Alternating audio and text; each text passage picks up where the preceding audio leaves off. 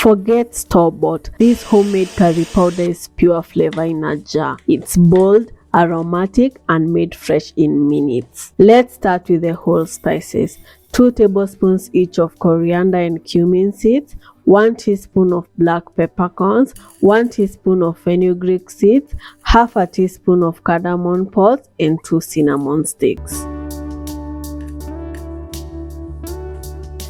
Add them to a dry pan and toast until fragrance. That will take 1 to 2 minutes. This brings out all those deep and warm flavors in the spices. Keep an eye on them, they burn easily. Let them cool a little and then add them to the grinder.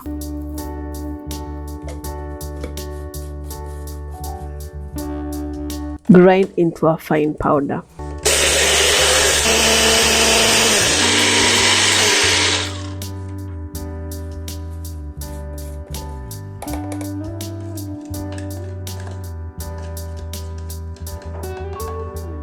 Now let's add the ground spices.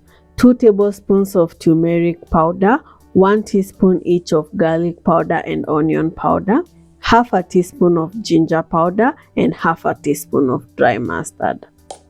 Mix everything together until well combined. If you like your curry powder hot, you can add a little chili pepper and adjust it to your taste.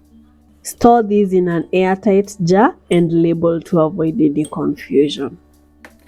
That's it, your own homemade curry powder to elevate your curries, stews, marinade, and even your roasted vegetables. Fresh spice with the maximum flavor.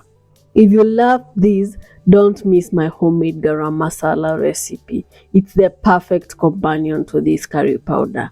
See you there.